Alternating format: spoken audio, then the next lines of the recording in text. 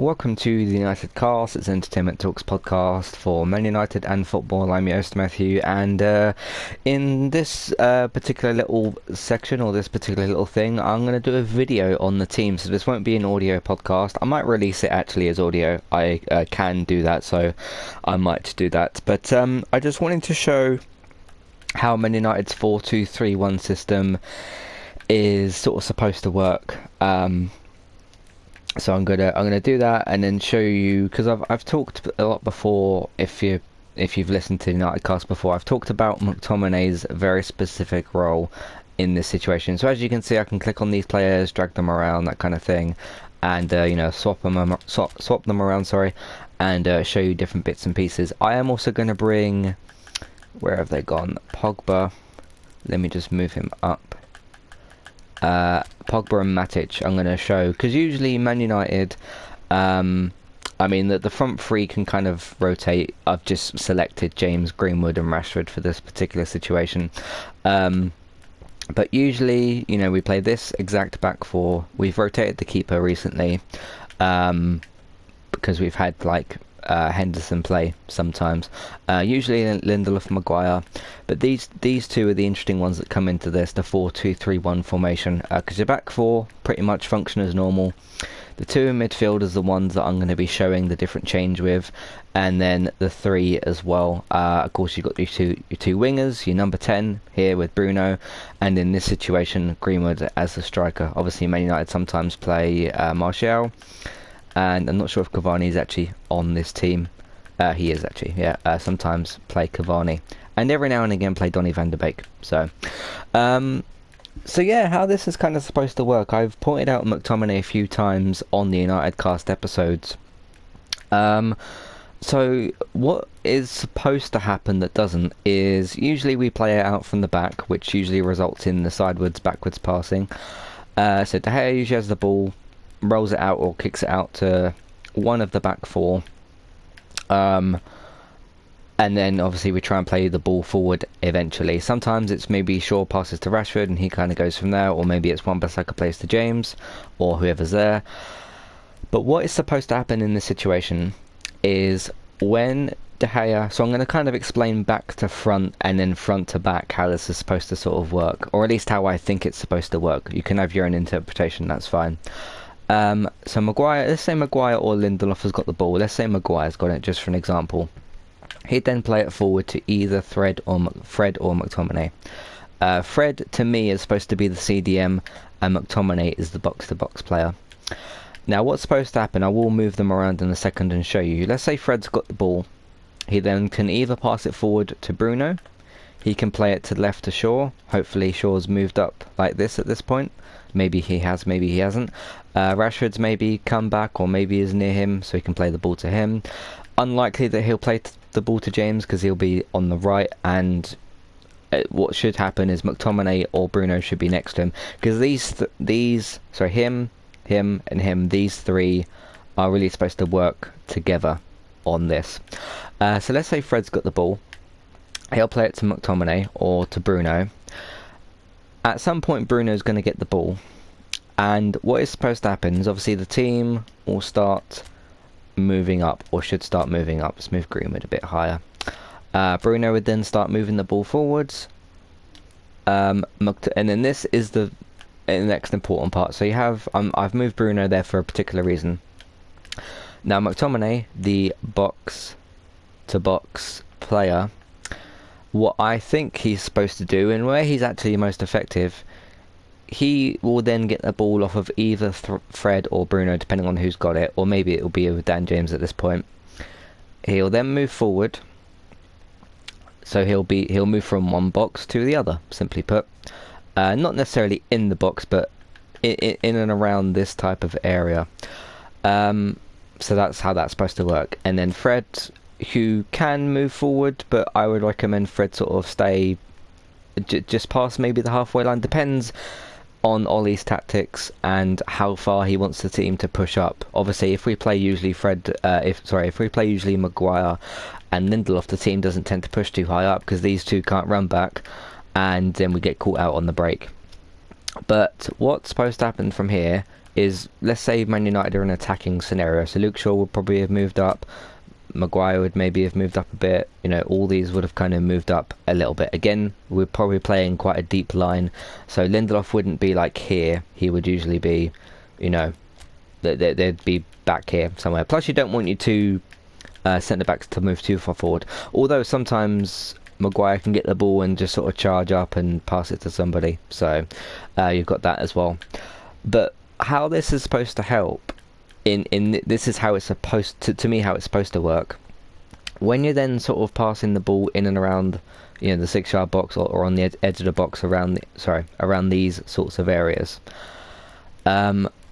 if let's say the team doesn't quite move up like that, right, Fred stays there, let's say McTominay doesn't move forward. Now look at, you've got these 4 here, right, who can all relatively pass to each other. Obviously Rashford can maybe pass to James, James can maybe pass to Rashford, maybe one of them make a run into the box.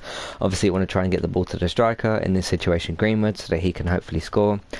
But if you do this and McTominay doesn't move box to box, look how much space there is for Bruno. Now that's not giving him loads of space as a good thing. If he gets the ball in this particular area and he can't pass to McTominay because he's too far behind him, can't pass to Fred because he's too far behind him, maybe can't get the ball to Rashford because he's too far over that way, maybe can't get the ball to James because he's too far that way, and you've probably got 2 players marking Greenwood. This leaves Bruno very, very isolated, and I've seen this happen in a lot of games actually, where Bruno will have the ball around here and McTominay, for whatever particular reason, will just be sort of floating here, whereas, let's move him just to the side so I can do something. Instead of him floating around here and Fred in almost the same position, if McTominay simply moves up there, box to box, you know, moves from that box to that box, he's then got another option to pass to, another man to pass to. It just makes so much difference, because look, if one of these 4 players has got the ball, or one of these 5 players has got the ball, it's a bit easier for them to pass it to each other, and obviously they can sort of interchange. Maybe Bruno will go over there, Rashford will come here, they'll make a 1-2 or something like that. Maybe one of them will, you know, maybe Greenwood will make a 1-2 with Rashford, or, you know, play little triangles or whatever.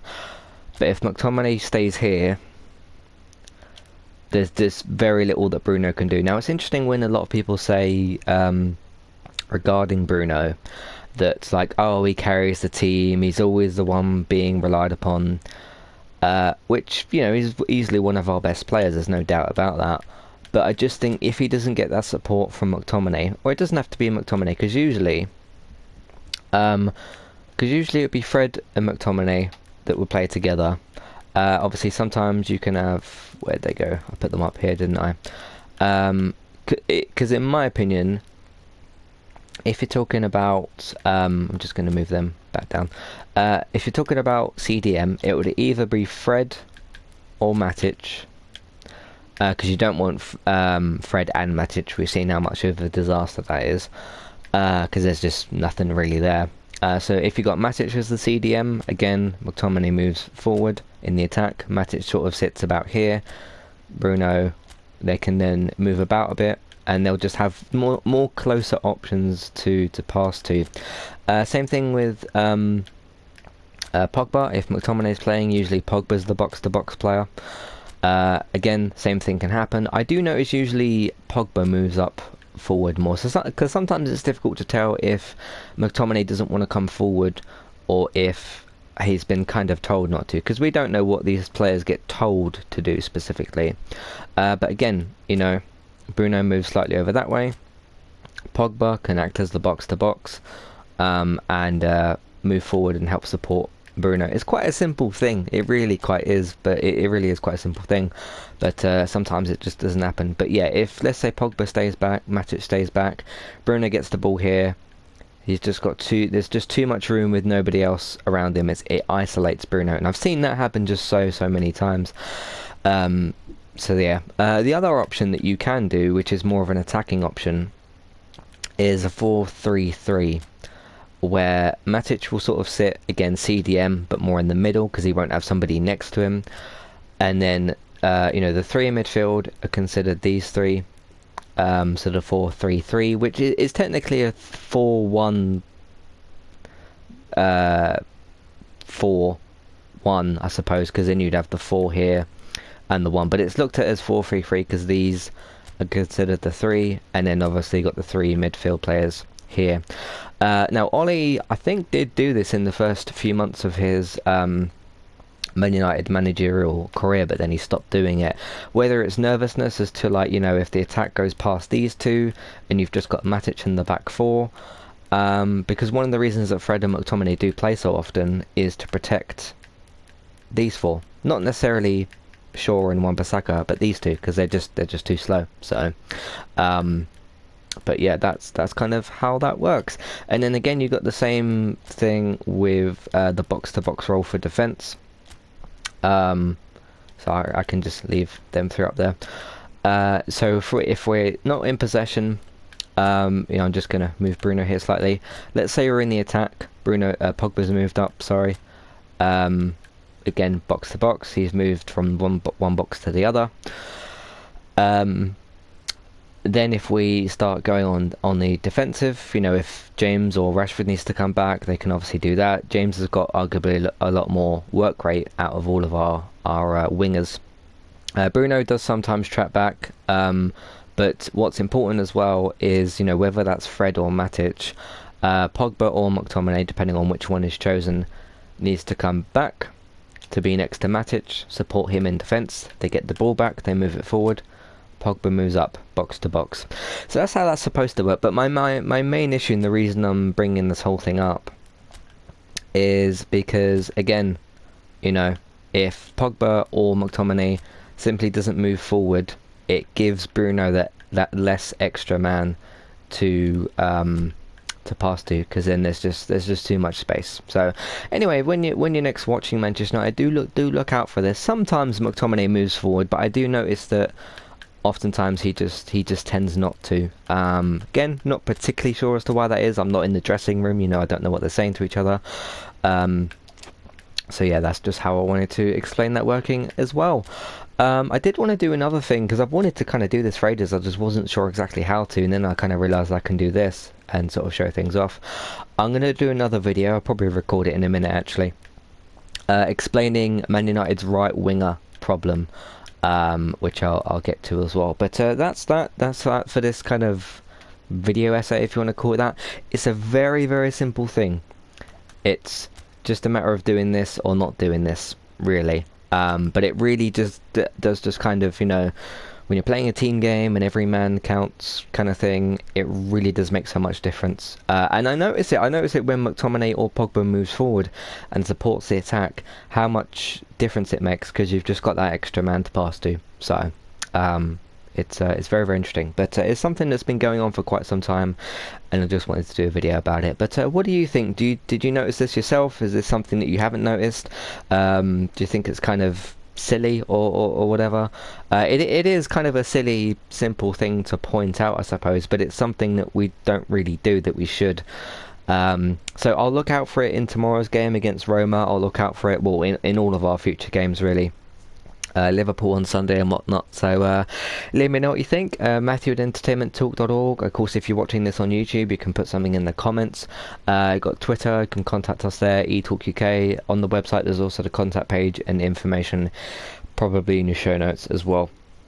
But feel free to write in and let me know what you think. It's something pretty simple, it really is, but yeah, we'll see how Man United manage this going forward, because we don't want this man, or whether it's Donny whenever he plays. Usually 9 times out of 10 it's Bruno in this number 10 slot. There's just too much space. There's just too much here. So by the way, if you notice that, because usually Pez has got music with it, I've turned the volume right down so I don't get copyright. I mean, you only need to hear me speak anyway. So there's that. In the meantime, you can find everything else that we do on entertainmenttalk.org. Feel free to subscribe to us here on YouTube, Entertainment Talk Plays. And I'm going to end this video in a second, and then I'm going to do the right winger video as well that I wanted to do. I might as well, seeing as I'm already here. So thanks for watching, and yeah, I'll see you for the next one. Cheers, goodbye.